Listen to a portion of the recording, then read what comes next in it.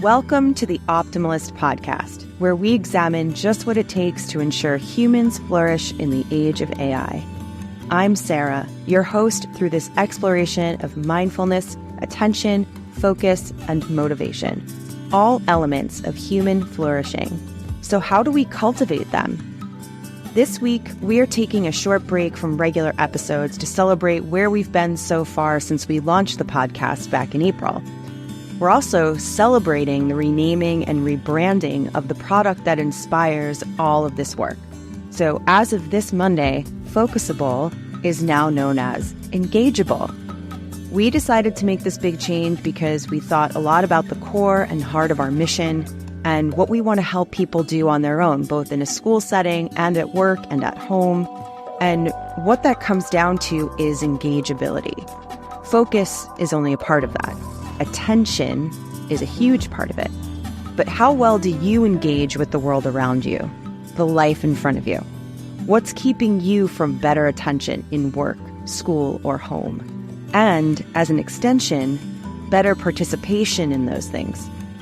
Engageable is, just as Focusable was, the pulse you need for better attention. But now, we're asking you to hold yourself more accountable by being mindful of the way you feel and live every day. You can visit getengageable.com now and follow Get Engageable on Twitter, Instagram, and YouTube. Now, have a listen to some of the highlights from the guests of our first 9 episodes. I hope they inspire you to go back and listen to anything you may have missed. And thanks for being with us so far. Enjoy. It can be scary and it can be overwhelming. It can be empowering at the same time.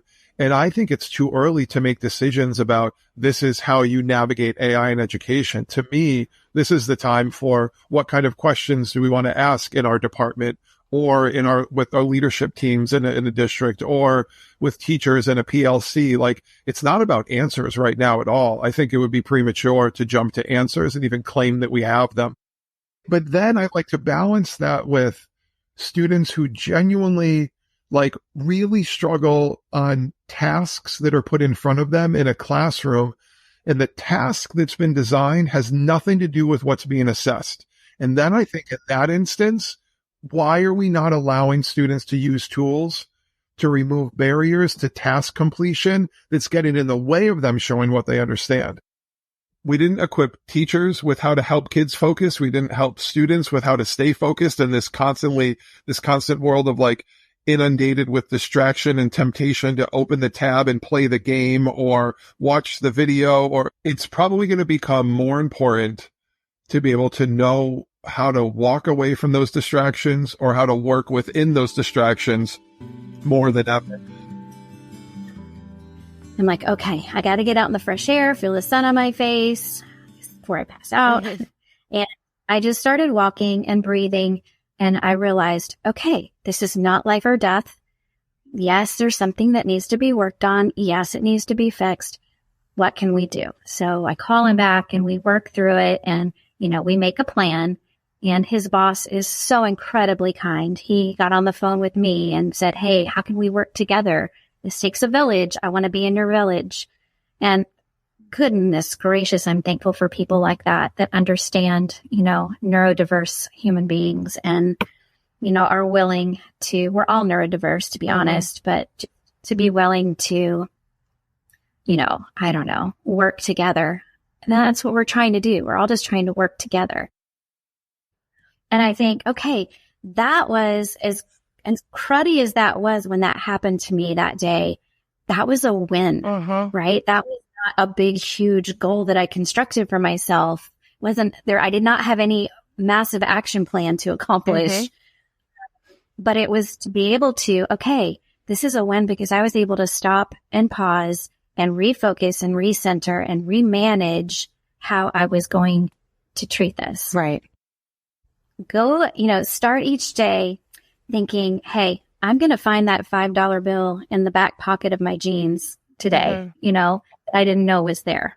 That's that sudden jolt of happiness and joy that, you don't think is there, but it's there. You stick your hand in your back pocket and like, oh my gosh, what's in $5 in my back pocket? That's amazing.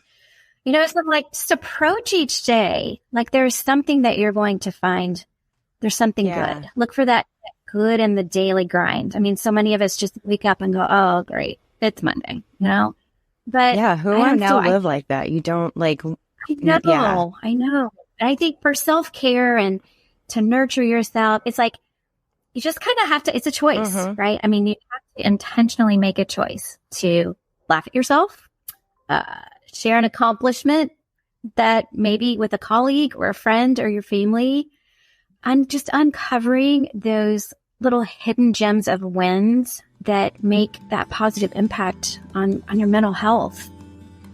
There might be the intention is that how can we help teachers embed this or integrate this? But I feel that programs can actually backfire on us for a number of reasons. And so I prefer to look at SEL as who we are and what we do every day of our lives, how we interact with people, how we get to know ourselves, how we live into our values and how we make decisions, and how we lead our lives. I think that just some more explicit, intentional focus on the self-awareness and social awareness would really help our students be able to, once we're thinking about their mindsets and who they are and how to connect with other people, we'll actually see that happen in practice more often. I think one of the first things is to realize that this is a human skill set. And so we all can do this. We don't have to be an expert in it. We just have to be willing to be on the journey. And it is a journey. Yes. You're never going to be fully confident in all of those skills at any one time, but your willingness to engage in that journey. And I think that even more importantly is we need to find what is an authentic fit for us and our personality and have it align with what our students need and the context in which we're teaching. So what SEL looks like in an art class or in a business ed class is going to look different than my social studies class, and that's okay. But I think we should pick what we can do and make explicit and invite students to be part of that process. So, and knowing that when we work together as a collaborative, connected community of educators and adults, we're providing that network of support for our students. I kind of started with mindfulness and moved into SEL and actually realized how much you need that mindfulness as a foundation for the practice. Because as you said, mindfulness is paying attention. It's understanding what's happening in your emotions and your body, and your thoughts. It's being able to intentionally cultivate states of compassion and care. And there's this conversation out there in the SEL field. And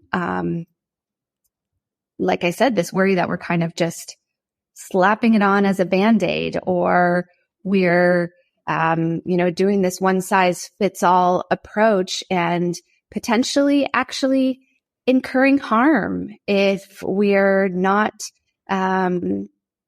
being aware of students' different needs, if we're not being aware of our positionality, if we're not taking trauma into consideration. And so I think mindfulness, this kind attention, this deep awareness, having that as a foundation is what allows us to actually bring this program in a holistic and equitable way. I think it's beautiful that we have so many apps and so many resources out there.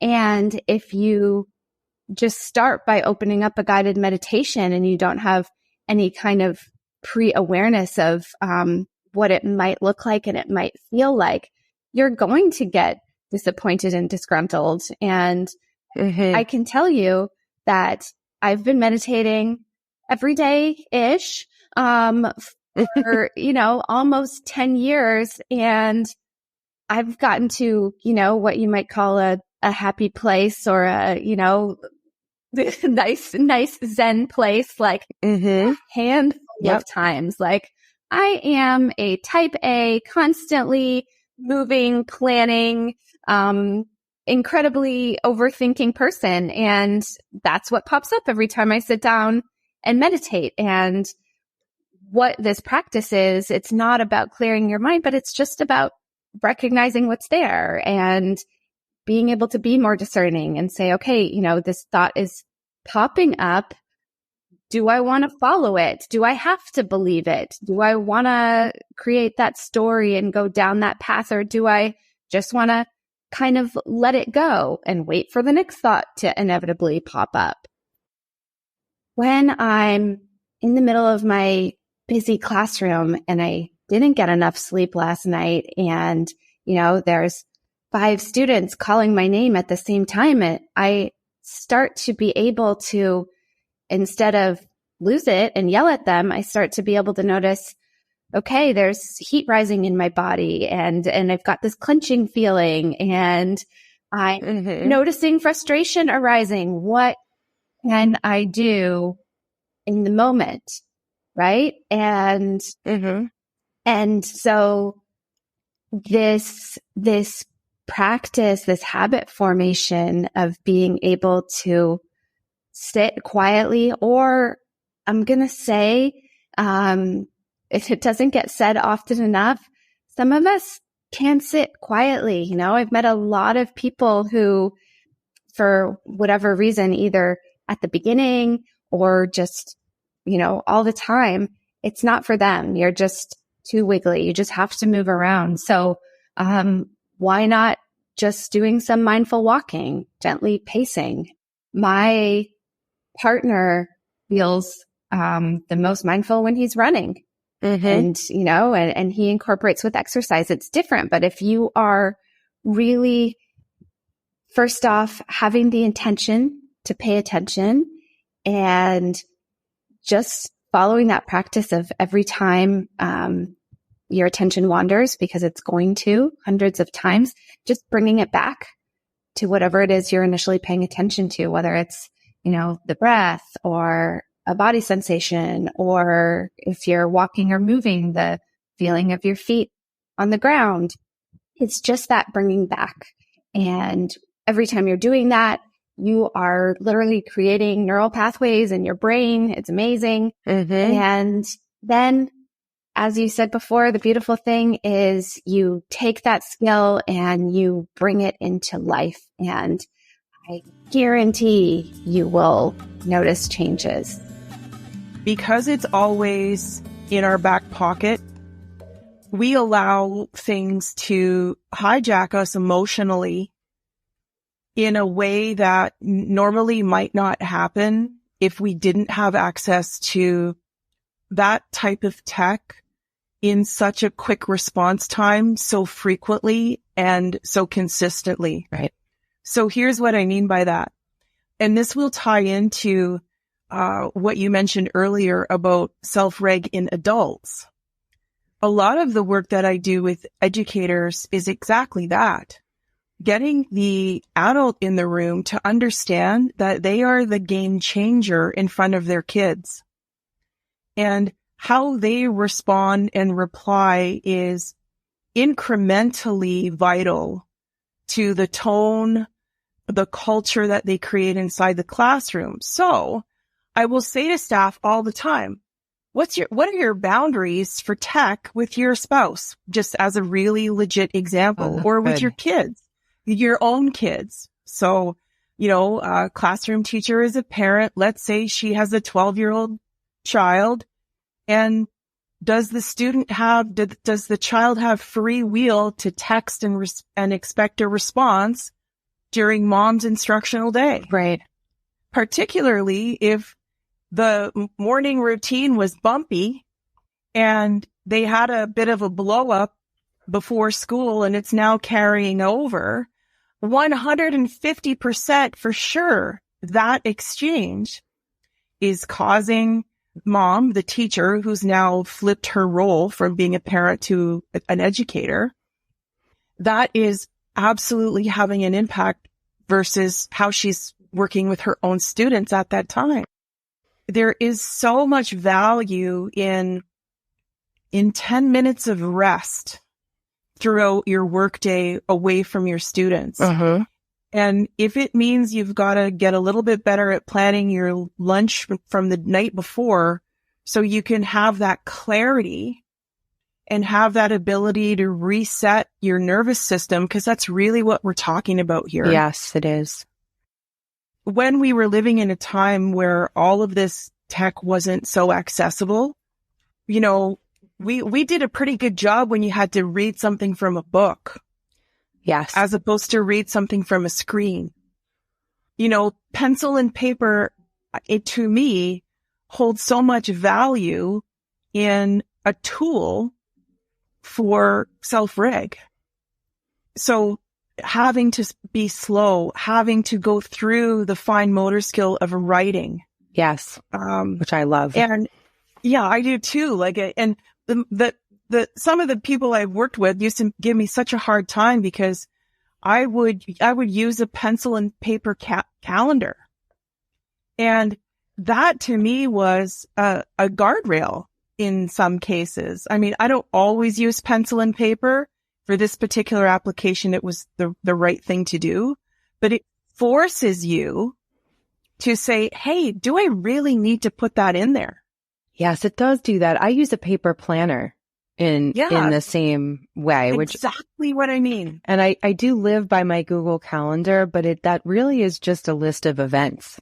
It's not pretty much. It's not really planning. I put them in there. I put things go in there when they're booked to know when things, you know what I mean? You need to know when things are happening or where you have to be at certain times, but it's not a planner. And that to me is really valuable because it also interacts with reflection. Exactly. As well. We're trying to replace what we used to get through these other online portals or groups, or whether it be gaming or whether it be your Facebook mommy group or whatever the sense is. I think that lost connection is really profound.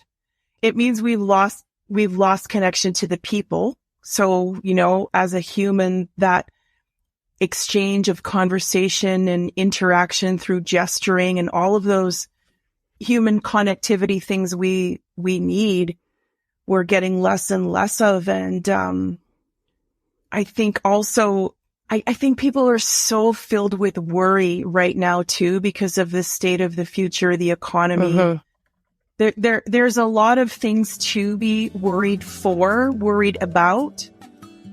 So we talk about that in class. I talk about that choice. Like the first step is like you have to pretend that you care about this thing. And then eventually, like the quote you read, I think eventually you actually do care. The curiosity kind of starts to burn and then you want to know something else.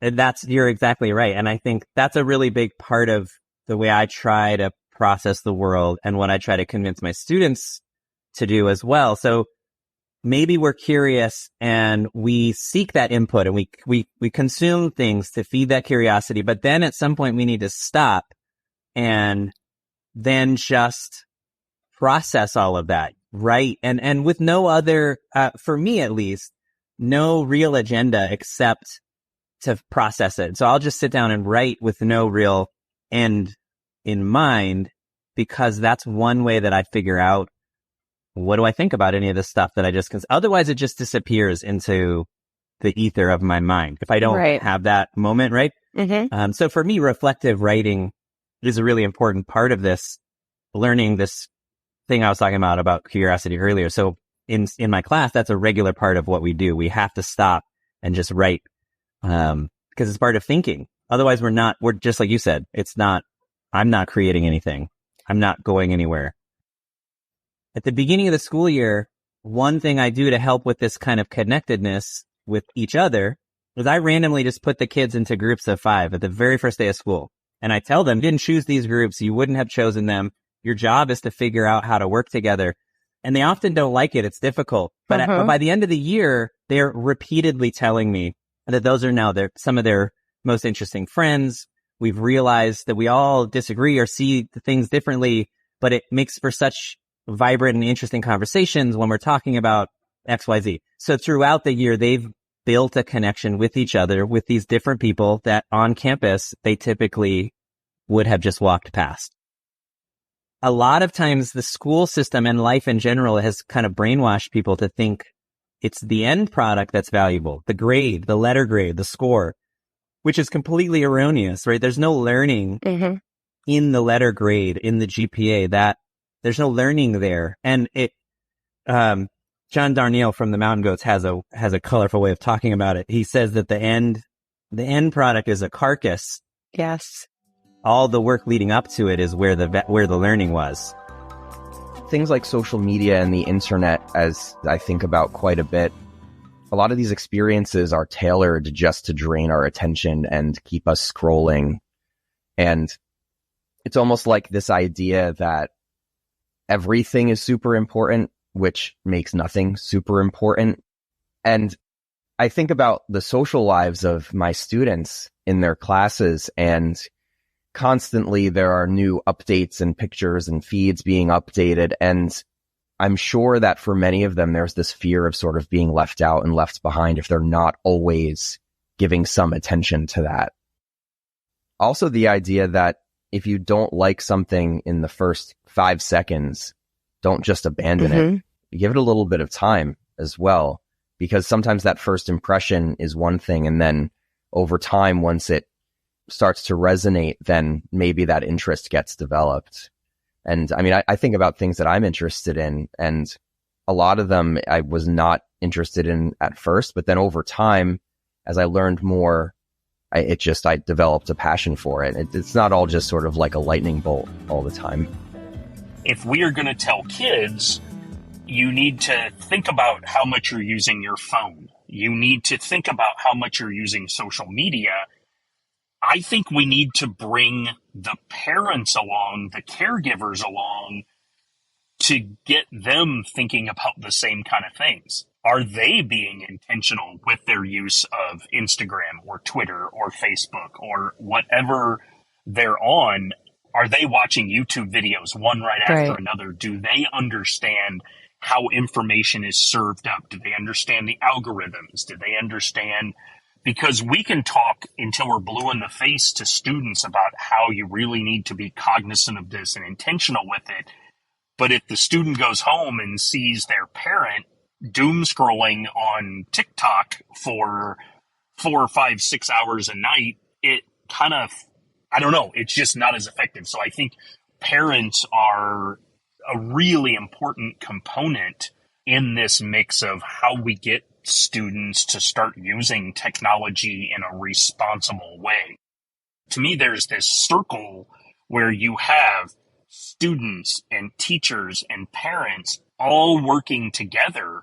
And when they do, I'm hoping that parents come to the realization like, oh, holy smokes, I'm not thinking about how I do social media. When I get home from work, or the first thing I do when I get up in the morning is just scroll and scroll and scroll. I'm complaining about my own kid, but I have a problem. And I'll say, if we keep giving and giving, the world will keep taking and taking. We only have so much. And so how is our well-being? If our well is empty, we can't give to anybody. And if our well is just to the top, then we have just enough for us. And so we have to make sure that we're creating opportunity for our well-being to just overflow so we can give to others. And I'm like, that means taking a nap. That means saying no to driving somebody to something. And parents struggle with that. I think it's selfish, and teachers sometimes struggle with, I'm like, don't grade that tonight. Grade that tomorrow. You need to get your rest. And I don't know how to exactly frame it, but it's a way where it's almost like we're sacrificing ourselves for the benefit of others. And then the question I always ask, is that what you want your children to do as they grow up? If I'm walking down the hallway, say I'm going from one teacher's room to another teacher's room, if I'm doing a mindful walk, then I'm just paying attention to my footfalls. And right, left, feeling how it feels for my heel to hit the floor, feeling how it feels for my toe to hit the floor. And just in that moment, and somebody walks up and is like, oh, Miss Casa, can you help me with this? They're not interrupting anything. I don't have to pivot or transition. I'm aware and fully present and ready to go do what I need to do.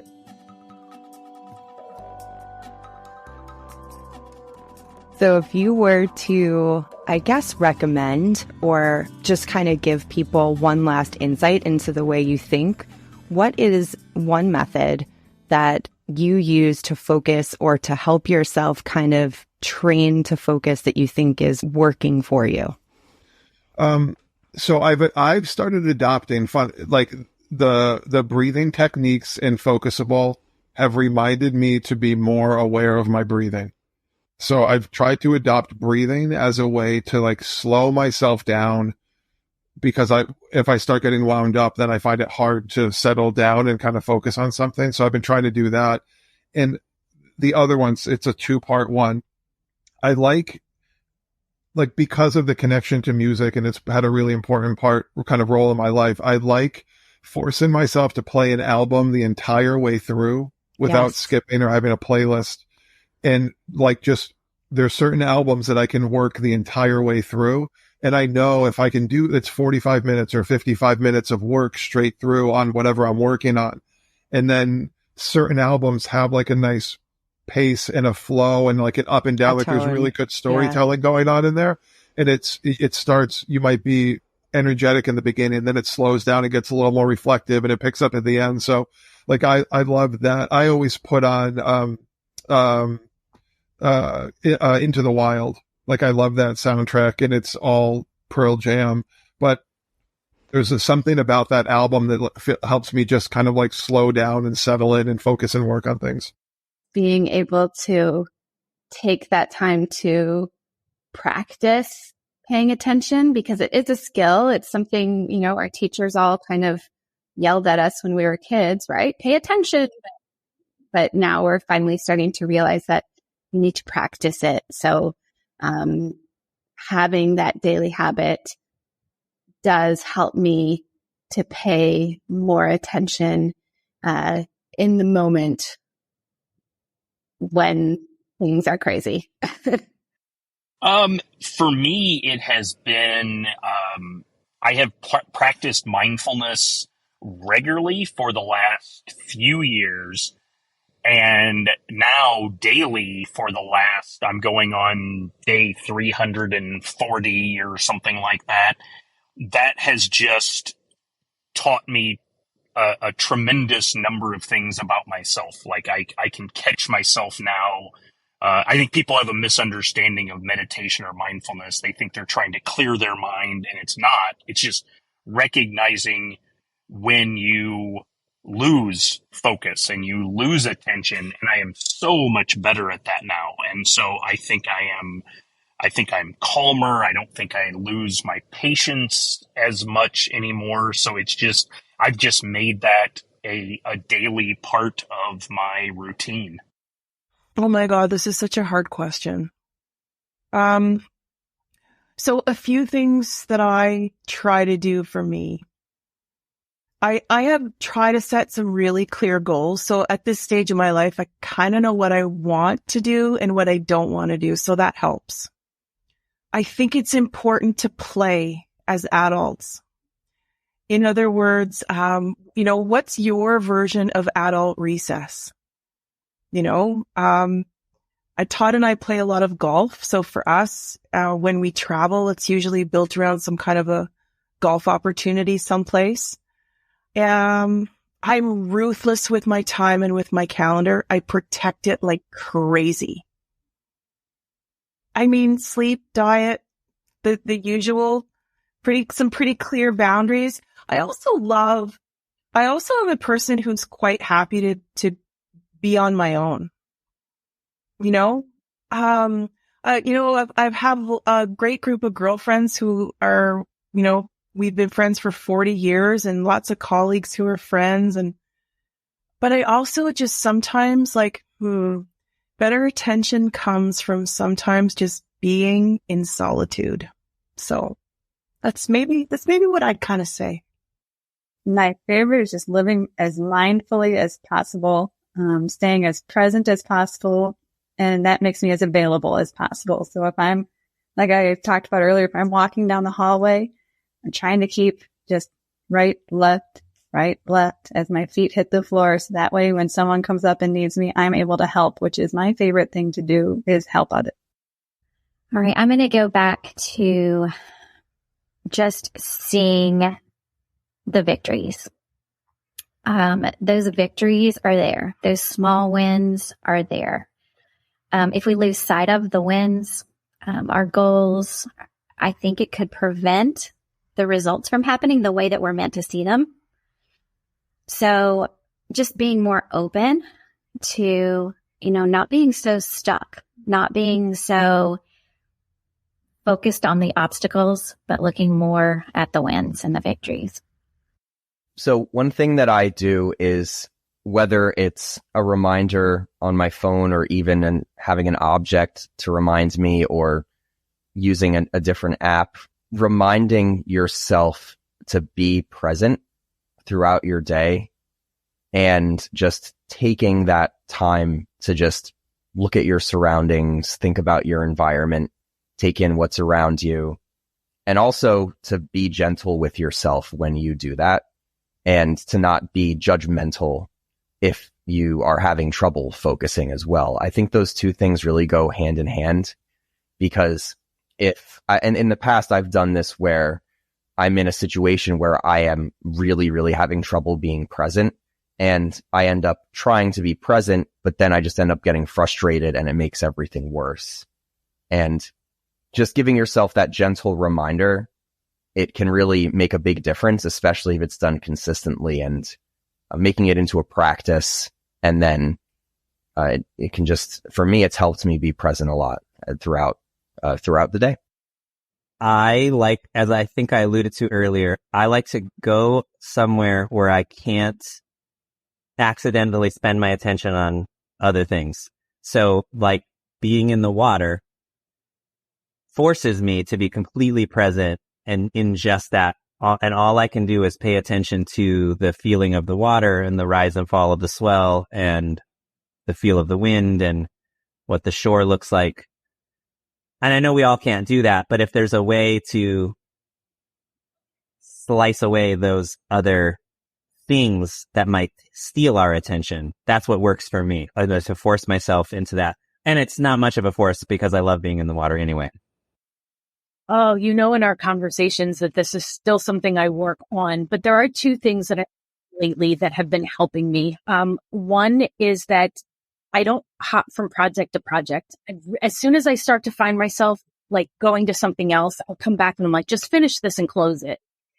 Because then I end up with a whole bunch of things like open, and I get frustrated because I feel like I never finished anything, when in fact I finished that makes sense, a whole lot of little things, but reminding myself to finish what I started, and honestly taking true breaks where I used to work and then eat lunch while I was working and then eat dinner while I was working. And I'm like, I just will go away from the computer for a while and sit and actually eat my food and listen to music or go take a walk or, do some chores around the house and then come back and work. And I feel that actual break gives me more energy and helps me refocus again when I need to do that deep thinking.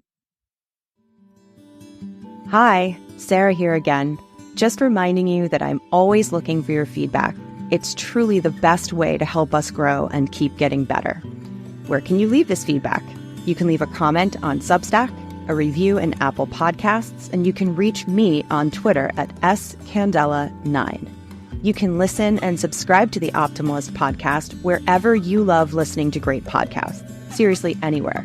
New episodes are released every Wednesday, and links to all of these resources are always available in the show notes. The Optimalist podcast is brought to you by Engageable, the only app that gives you the pulse you need for better attention. And yes, it's free. You can create an account today at getengageable.com or by downloading Engageable on any iOS or Android device. You can also follow us at Get Engageable on Twitter and Instagram and YouTube, which, by the way, is another place where you can find all of our previous Optimalist episodes. Thanks for listening to The Optimalist, and I'll be back next week with a whole new conversation. Stay engaged.